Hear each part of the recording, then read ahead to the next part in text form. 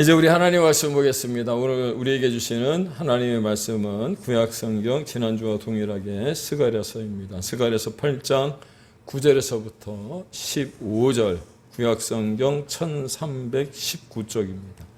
하나님의 또 다른 이름, 반전의 하나님이라는 제목으로 하나님의 말씀을 증거하기 원합니다. 오늘도 이 거룩한 주일 하나님 앞에 나와 신령과 진정으로 예배를 드리시는 우리 큰사랑교회 모든 성도님들과 유튜브를 통해 말씀을 들으시는 분들에게 하나님의 신령한 은혜와 능력과 축복이 함께 하시길 예수님의 이름으로 축원을 드립니다. 지난주 나를 살린 말씀이라는 제목으로 함께 은혜를 나누고 난 뒤에 동영상을 편집하고 다시금 피드백을 하는 중에 이런 생각이 들었습니다. 고난 받을 때 힘이 들지만 하나님이 나를 빚어가시는 소중한 과정이고 또 그 과정을 믿음으로 통과하면 하나님의 각별한 사랑과 은혜를 경험하게 되는구나 라고 말입니다. 그렇게 제 인생에 있어서 하나님은 어떤 분이셨느냐면 반전의 하나님이셨습니다. 하나님께 대한 수식어들이 얼마나 많습니까? 사랑의 하나님, 공의의 하나님, 또 선하신 하나님, 자비로우신 하나님, 정의의 하나님 뿐만 아니라 능력이 많으신 올마이티 하나님, 또 그 외에 엘샤다이 하나님, 우리가 그를 부를 때마다 정말로 많은 이름으로 하나님을 높여드리지만 그 모든 것에 하나를 더 한다면 저에게 있어서 그 하나님은 반전의 하나님이시더라는 거예요. 그렇습니다. 두어 주간 이 스가랴서를 통해서 함께 은혜를 나누었는데 그 가운데 가장 핵심적인 단어 하나를 손꼽으라고 한다면 아마도 회복이라는 단어가 아닐까 싶습니다. 그런데 회복이라고 하는 단어를 달리 말씀을 드린다면 회복이라고 하는 단어를 대체하여 사용한다면 그 또한 반전이 아닐까, 또 반전이라고 하는 단어와 대체하여 사용할 수 있지 않을까 싶습니다. 혹시 여러분 드라마 자주 보십니까? 우리가 가끔 인기가 있다 생각하는 드라마를 즐겨보는 이유가 무엇이냐면 그 이유는 우리가 생각하는 빤한 결론이 아니라 반전이 있기 때문에 그 드라마를 즐겨보고요. 또 그 드라마가 인기가 있는 거예요. 최근에 제가 즐겨보던 드라마가 하나 끝나서 이제 더 이상 드라마를 볼 일이 없겠다 이런 생각이 들었는데 나는 왜 그런 드라마를 너무 밤 늦게 하는지 모르겠어요. 한 저녁 8시나 9시쯤 했으면 좋겠는데 한 11시쯤 하는 에스콰이어라고 하는 드라마가 있더라고요. 그 드라마의 내용을 보면 예전에 그 이상한 변호사 우영우라고 하는 드라마의 내용과 조금은 비슷하긴 하지만 참 괜찮은 드라마라는 생각이 들었습니다. 변호사들의 이야기지만 변호사가 되어가는 과정들을 그렸어요. 어제도 어떤 반전을 거듭하는 이야기를 소재로 다루었는데 밤 늦은 시간임에도 불구하고 제가 그걸 다 시청하고 잠을 청했습니다. 혹시 에스콰이어라고 하는 말 아시나요? 네. 구두 메이커 생각나죠? 에스콰이어? 에스콰이어라고 하는 게 그렇죠. 에스콰이어라고 하는 말은 그 자기를 받은 그 밑에 귀족의 부류들을 이야기하는 건데 지금은 이제 변호사를 이야기하는 거죠. 미국에서는 또 존중받는 사람들을 이야기할 때 ESQ라고 하는 어떤 약자를 붙여서 높여주는 말이기도 합니다. 그런데 제가 그 드라마를 보면서 에스콰이어라고 하는 말보다 더 제 마음에 와서 꽂혔던 단어가 문장이 무엇이냐면 변호사가 되어가는 변호사들의 이야기들. 이 말을 바꾸어서 생각을 하면 그리스도인들이 되어가는 그리스도인들의 이야기일 수도 있겠다 이런 생각을 제가 해보게 되어진 거죠. 그런데 왜 반전 드라마가 인기가 있을까 생각해 보신 적이 있으십니까? 그 이유가 무엇이냐면 그 반전 드라마를 보다가 드라마를 시청하는 우리의 인생 가운데도 그런 반전이 좀 있었으면 하는 바람이 있기 때문에 아마도 그런 드라마가 인기가 있는 것은 아닌가. 그렇다면 성경 가운데 드러난 우리가 가장 잘 아는 반전 하나를 들라고 한다면 여러분들은 어떤 것을 들고 싶고 또 어떤 것을 이야기하고 싶을까요? 그렇습니다. 예수님이 십자가에 달려 죽으실 때만 해도 모든 것이 다 끝났다고 생각을 했는데요. 부활과 구원으로 이어지는 국적인 전환은 우리가 생각하지 못했던, 인간이 생각하지 못했던 반전이라고 하는 겁니다. 마귀와 사탄은 그 십자가 아래서 예수님이 숨을 거두시는 것을 보고 쾌재를 불렀을지도 모릅니다. 뿐만 아니라 예수님이 그 십자가 상 위에서 다 이루었다, 테텔레스타이라고 외쳤을 때 아마도 그 십자가 밑에서 예수님을 십자가에 달았던 사람들도 동일하게 다 이루었다고 그렇게 동일하게 외쳤을지도 모릅니다. 그렇습니다. 예수님이 십자가에서 죽으심으로 인류의 구원의 계획이 실패한 듯 보였습니다. 하지만 부활이라는 대반전을 통해서 인류에게, 모든 인간에게 영생과 새로운 희망을 선사하신 줄로 믿으시기를 바랍니다. 그러므로 이 반전은 단순한 기적이 아니라 인간의 죄와 실패, 단절된 관계를 다시 회복시키는 엄청난 구원의 사건이라는 것. 뿐만 아니라 이 반전을 통해서 불신자들과 실패한 이들에게도 삶의 전환점을 제공한다는 것을 잊지 않기를 바랍니다. 그런데 오늘 본문에도 그런 반전이 하나 등장을 합니다. 그리고 오늘도 지난주에 이어서 스가랴서의 말씀입니다. 아마도 다음 주까지 보게 되지 않을까 싶은데 쉽지 않은 본문임에도 불구하고 여러분들이 지금까지 잘 따라와 주셔서 너무나도 감사합니다. 오늘 본문인 스가랴서 8장 10절, 여러분 우리 함께 봉독을 했는데요. 이 스가랴서 8장 10절에 보면 눈에 띄는 단어 하나가 있습니다. 이날 전에는 이라고 하는 표현이 등장을 하죠. 무슨 말이냐면 마치 그리스도인들에게 그리스도를 경험하기 전과 예수님을 경험하고 난 그날 이후가 있듯이 여러분의 인생 가운데 결혼하기 전과 결혼하고 난 후에 어떤 일들이 있는 것처럼 이날 전에는 이라고 하는 말은 이날 전에 무슨 일이 있었었다는 거예요. 무슨 말이냐면 하나님이 바벨론 포로에서 70년 동안 고생하던 이들을 예루살렘으로 돌아오게 하셔서 이 스가랴와 더불어 학개를 통해서 그리고 스룹바벨을 통해서 성전 재건을 건축할 것을, 성전 건축을 다시금 시작하도록 하시잖아요.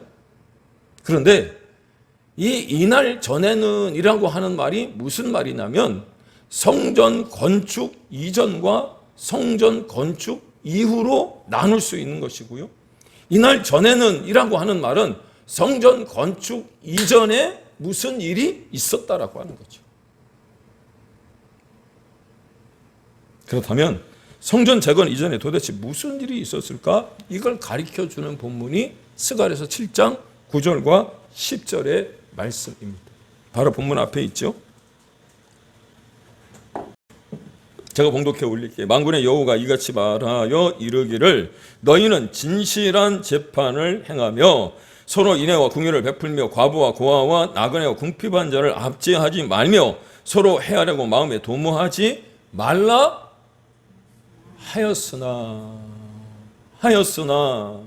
하였으나라고 하는 말은 무슨 말이에요? 그렇지 않았다는 거잖아요.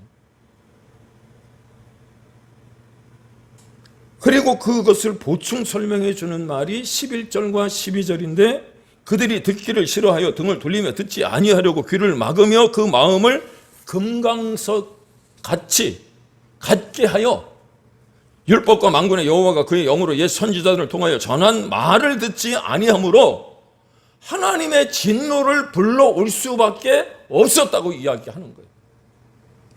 고아와 과부와 나그네와 궁핍한 자를 압제하지 말며 서로 해하려고 마음에 도모하지 말라고 했음에도 불구하고 재판을 하되 정직하게 정의롭게 공의롭게 재판을 하라고 했음에도 불구하고 그렇게 하지 않았다는 거예요. 그리고 그렇게 하지 말라고 하나님이 율법 가운데 그리고 만군의 여호와 하나님이 직접 말씀하셨음에도 불구하고 그 마음이 딱딱하여지되 금강석같이 딱딱해져서 마음이 굳어져서 이스라엘 백성들이 듣지 않으니 하나님이 징계하실 수밖에 없었다는 거예요. 다시 말씀을 드리면 하나님의 백성으로서 해서 안 되는 일만 골라 했다는 거예요. 그러므로 심판은 당연한 것이고요. 하나님의 징계가 불가피한 것 아니냐 하는 겁니다. 그런데 이런 일이 당시 이스라엘 사람들에게만 있었을까? 아니요. 이 말씀을 후대에게 전해서 지금 이 시대를 살아가는 그리스도인들의 모습을 살펴보면 그때와 하나도 다르지 않아요. 죄송합니다. 모든 그리스도인들이 다 그런 것은 아닙니다만, 그래서 설교를 준비하는 중에, 설교를 작성하는 중에 이런 생각이 들었습니다. 물론 지금 제가 드리려고 하는 이 말씀이 틀린 생각, 틀린 말이 되었으면 좋겠는데, 무슨 말이냐면 지금 곳곳에 세워진 교회들이 얼마나 많습니까? 그리고 그곳에서 선포되는 말씀들을 종합해 보면, 저도 한 주를 지내면서 그 바쁜 중에요, 최소 제가 딱 찍어 놓은 목사님들 설교 한 3편 정도는 늘 듣습니다. 월요일이라든지 목요일이라든지 조금 한가한 날에 시간이 되면 목사님들의 설교를 듣고 참조하고 또 그 목사님들의 스피치를 좀 닮아가려고 애를 써요. 근데 그 목사님들의 설교를 들어보면 하나예요, 하나. 그 내용이 하나인데 무엇이냐면 하나님께로 돌아가자는 겁니다. 복음으로 돌아가자는 거예요. 그럼에도 불구하고 세상 속에서 주춤거리며 교회로 돌아가지 못하고 머뭇거리는 이들이 점차 늘어나자 몇몇 교회들이, 다 그런 건 아닙니다, 몇몇 교회들이 하는 일이 무엇이냐면 더 큰 교회와 웅장한 교회를 지으려고 한다는 거예요. 물론 좋은 일입니다. 예전에 1970년인가 80년도에 그 전인가요? 어떤 목사님이 그런 이야기를 하셨어요. 이 나라와 민족 가운데 파출소보다 다방보다 더 많이 생겨야 될 때가 교회라고. 동의하십니까? 지금 여러분 동네에 카페가 얼마나 많습니까? 그런데 그 카페보다 더 많이 생겨야 될 때가 교회잖아요, 교회. 믿습니까? 네. 그런데 그 교회들이 점차 그 수가 줄어들고요. 작은 교회들이 힘을 내지 못하다 보니까 자꾸 도태되었죠. 그런 중에 우리 송 집사님도 아시는 좀 문정동 그 가든파이브 안에 있는 CGV를 176억에 매수해서 양재동에 있는 어느 교회가 지금 리모델링을 하고 있는 것을 알고 있습니다. 교회로. CGV를 없애고 교회로 리모델링을 해요. 그 교회 성도님들이 5천 명인데 제가 계산을 해봤어요. 176억, 180억을 잡았을 때 5천 명의 성도들이 그러면 헌금을 얼마씩 했을까? 최소 400만 원씩은 해야 200억이 됩니다. 대단한 거죠? 예. 교회 성도님들이 많아지니까 또 주차할 곳이 없으니까. 지금 우리 노예 안에도 교회는 부흥이 되는데 주차장 문제 때문에 고민하는 교회들이 굉장히 많습니다. 좋은 일이고 고무적인 일인데 제가 이 말씀을 드리려고 하느냐면, 왜 그렇게 하느냐? 그래야 사람들이 모여드니까. 하지만 그 발상을 어디서부터 비롯되어졌느냐면 앞서 말씀드린 것을 달리 표현했을 때 이런저런 이유로 한동안 하나님을 떠나 하나님을 멀리 했던 이들을 다시금 교회 안으로 들여오게 하기 위해서. 왜냐? 그들이 찾는 교회는 가능한 큰 교회를 선호하기 때문에 그래. 그렇다고 그런 성도님들을 비난하거나 그런 교회를 제가 비판하려고 하는 게 아닙니다. 휴면기, 동면기, 방황을 하고 있던 그리스도인들이 그런 교회를 찾아 드는 것만 해도 참 좋은 일이죠. 다시금 신앙을 회복하면 있어서. 그래서 다시금 교회를 나가기 시작할 때 큰 교회에 다니게 되는 겁니다. 그런데 그러면서 정말 내가 만나야 될 하나님을 만나면 좋겠지만 오히려 내 신앙이 그런 교회를 다님에 있어서 다른 사람들보다 막등하고 우월해 보인다고 여긴다는 거예요.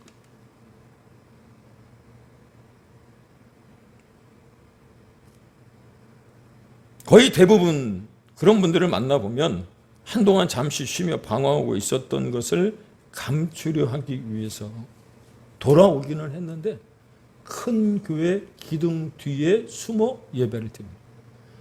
맨 뒷자리, 교회가 얼마나 큽니까? 그 큰 교회에 5천 명, 10,000명이 들어가는 그 교회에 앞좌석에 앉는 것도 아니고 저 뒤에서 얼굴도 안 보이는데 예배를 드리고 사라져버리는 거예요. 최근에 만난 어떤 목사님이 그런 얘기 하더라고요. 제가 알기로는 그분이 우리 교회 한 3년 나오셨는데 등록도 안 하고 그냥 예배 시간에 얼굴만 비추고 가시는 분이 계시다. 한마디 얘기를 안 했다. 누가 잘못된지는 잘 모르겠어요. 그런데 왜 이렇게 교회를 크게 짓고 또 그런 분들을 교회 안으로 끌어들이려고 하느냐면 가능하면 봉사도 하고 헌신도 하고 섬김도 하고 또 참여하게 함으로 말미암아서 그들의 신앙을 조금 더 키워보고 또 믿음도 자라게 하면서 하나님을 만나게 하고자 하는 거죠.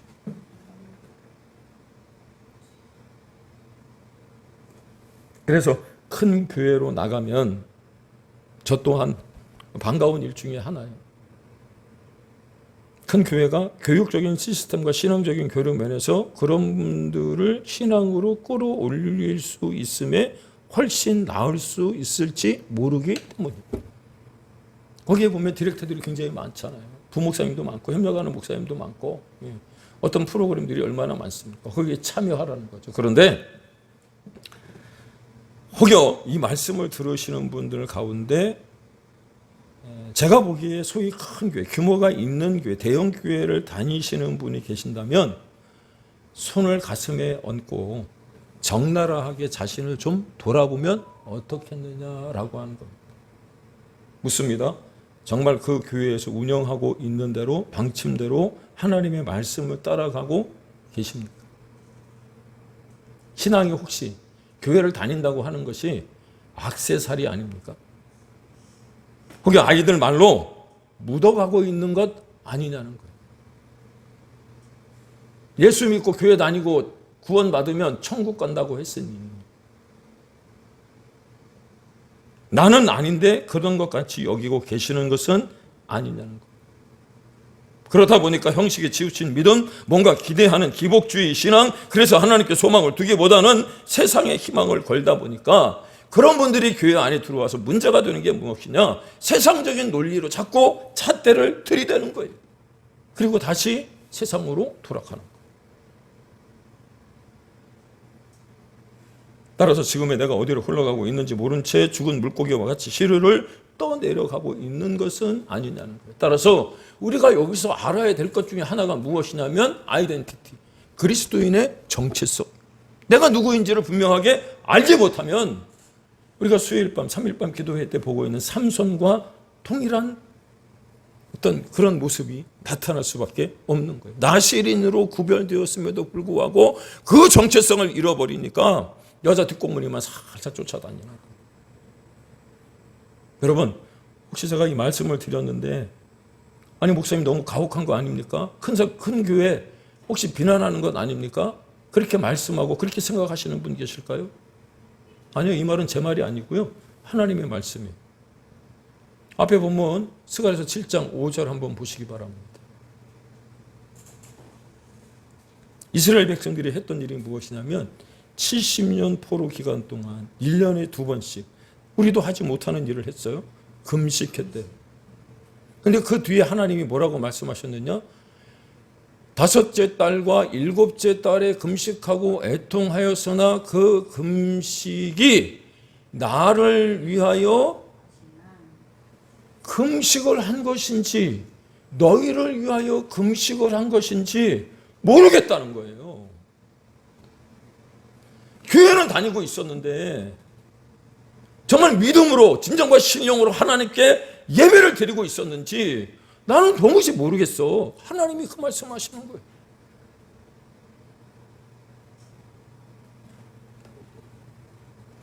그래서 나타난 결과가 무엇이냐면 스가랴서 8장 10절에 사람들이 일을 했어도 그 싹을 얻지 못하고 짐승도 싹을 받지 못하며 사람이 원수로 말미암아 평안히 출입하지 못하였다라고 말합니다. 무슨 말입니까? 열심히 일을 했는데 빈손이더라고 하는 거예요.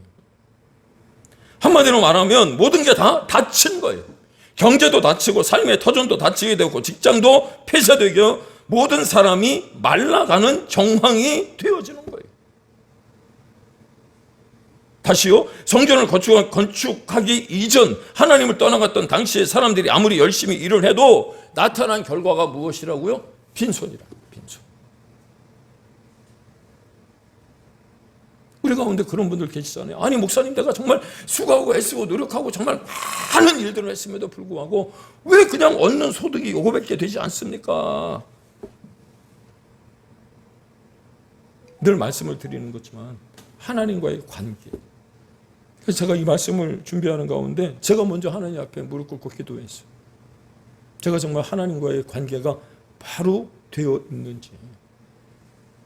지난주에 말씀을 드렸던 것처럼 하나님 앞에 섰을 때 조금이라도 부끄러움이 없는지 제가 그것을 하나님께 물었어요. 지난 목요일 날 저녁 6시에 인계동에 있을 때 저 부천 원정동 우리 고구마 캐러 갔던 그 목사님, 그 사모님, 그 사모님도 이제 여성 목회자인데 그 사모님의 어머님이 소천을 하셔서 아내와 둘이 조문을 갔습니다. 갔다 돌아오는 길에 조문을 잘하고 돌아오는 길에 고속도로 한복판에서 차가 섰습니다. 새벽 3시였는데요. 마침 2차선 고속도로였는데 중간에 차가 서서 이제 본네트에서는 연기가 펄펄 올라오고 차가 이상한 소리가 나면서 놀랬죠. 시동이 꺼졌는데 하나님 은혜로 어찌 해서 갓길로 차를 빼고 마침 참 감사한 것은 휴게소 500m 남겨놓고 갓길이 큰데 차를 세운 거예요. 그리고 잠깐 차를 이제 본네트를 열어서 보니까 이게 갈런지 안 갈런지 잘 모르겠더라고요. 아내는 놀라서 옆에 서 있고 어떻게 해야 될지 몰라서 일단은 휴게소가 500m 남았으니까 가보자. 그리고서는 고속도로 상황실에 연락을 하고 레카 부를 수 있는 긴급 출동 거기다 전화를 해놓고는 운전을 하기 시작을 했는데 20km로 고속도로를 이제 타고 휴게소 안으로 들어간 거예요. 근데 아무래도 견인을 해야 될 것 같아요. 그래서 견인을 이제 불렀더니 그분이 1시간 만에 오셨어요. 시골이라 지방이라 바로 갈 수가 없답니다. 그래서 1시간 기다렸다가 새벽 4시에 견인을 해서 집에 왔어요. 그 견인하시는 분이 그런 얘기를 하는 거예요. 차 상태나 우리 고객님 말씀하시는 걸 보면 최소 수리를 해도 한 300~400만 원 들어갈 것 같고 연식을 보면 폐차를 해야 될 것 같습니다. 그렇게 이야기를 하더라고요. 여러 가지 생각이 많이 드는 거예요. 그리고서는 잠을 한숨도 못 자고 그 다음날 아침에 집 옆에 카센터에 사장님이 오기만을 기다리고 있다가 문을 열자마자 그 사장님 손을 붙잡고 차 좀 봐달라고 얘기를 했더니 그 사장님 말씀이 15만 원짜리 부속 하나 갈면 된다는 거예요.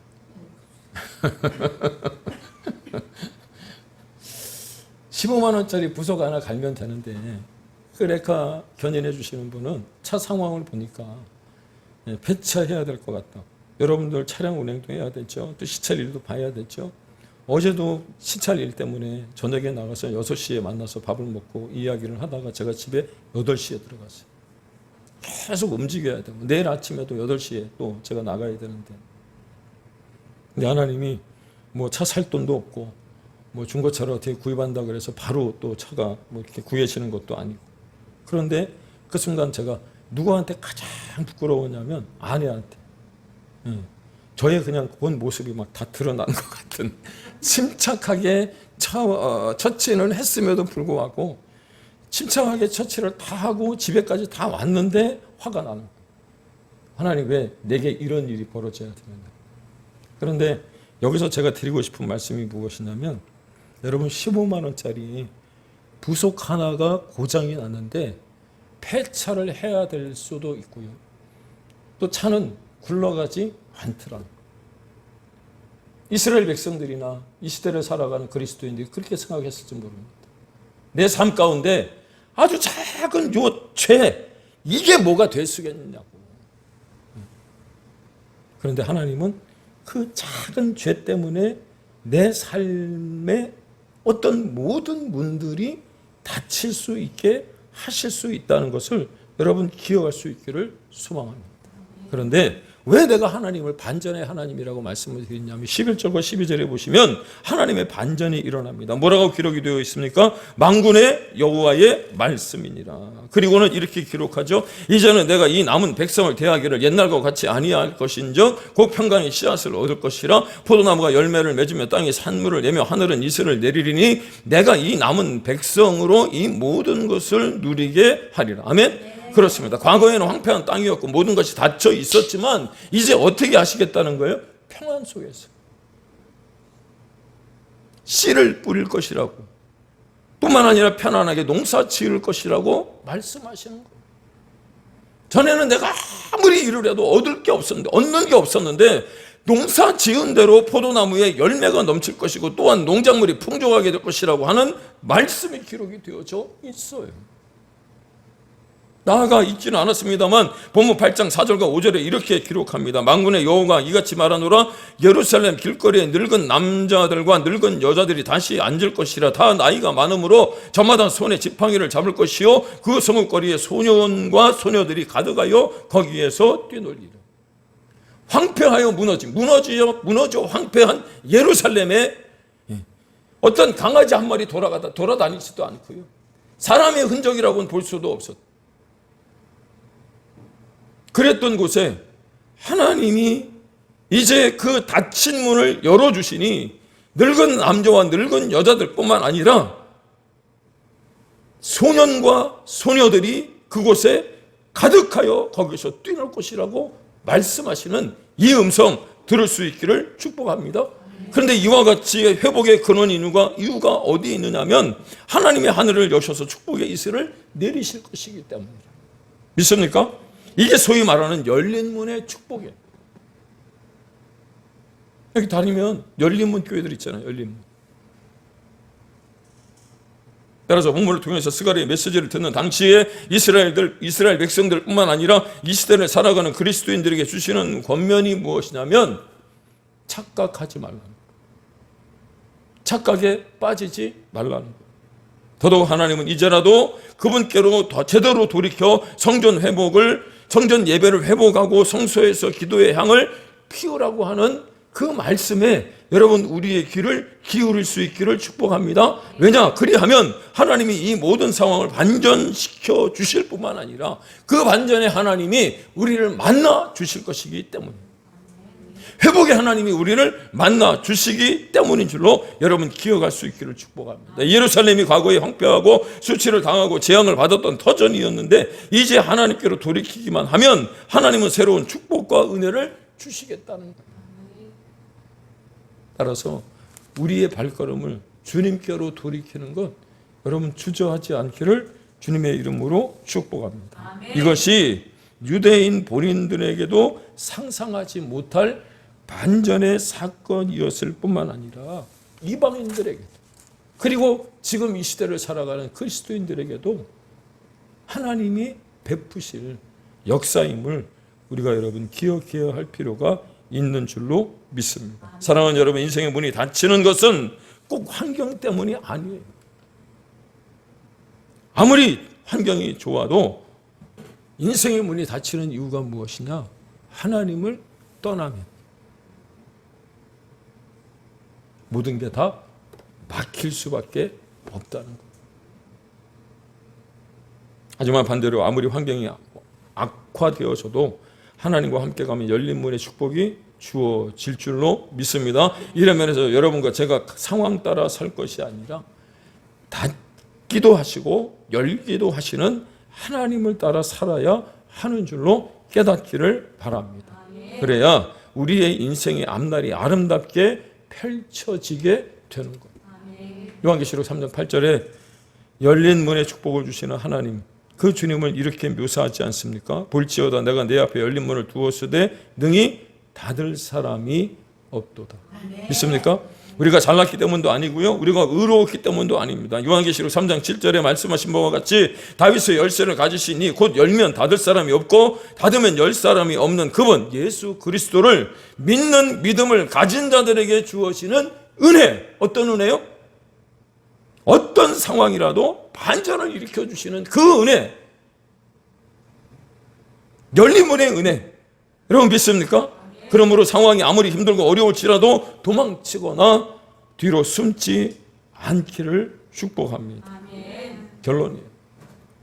장강대하라고 하는 말 앞에 제가 올려놨는데, 긴 강과 큰 강을 아울러 이루는 말입니다. 그런데 이 긴 강과 큰 강도 깊은 산속 작은 옹달샘부터 시작이 되어진다 그랬잖아요.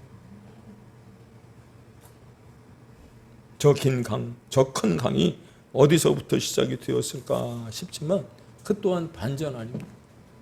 아주 작은 산속, 그 옹달샘에서부터 시작된 그 계곡물을 따라 내려온 그 물이 강을 이루기도 하고 바다를 이루기도 하더라는. 사랑하는 여러분, 오늘 지금 당장 우리 눈에 보이지 않기에 우리는 간혹 하나님이 살아 계신지 알 수 없지만 하나님은 계획을 세우시고 계획을 따라 일하시는 분이신 줄로 믿으시기를 바랍니다. 하나님은 즉흥적으로 일하시는 분이 아니에요.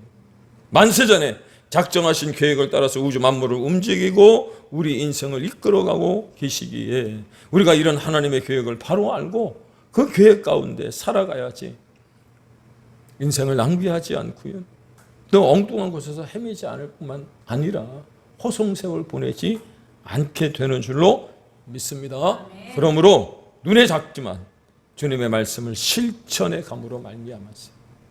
제가 만났던 반전의 하나님, 제가 알고 있는 그 반전의 하나님이 여러분의 하나님이 되어질 때 큰 은혜를 받게 되어질 줄로 믿습니다. 그렇습니다. 하나님의 반전은 위대합니다. 기도하겠습니다.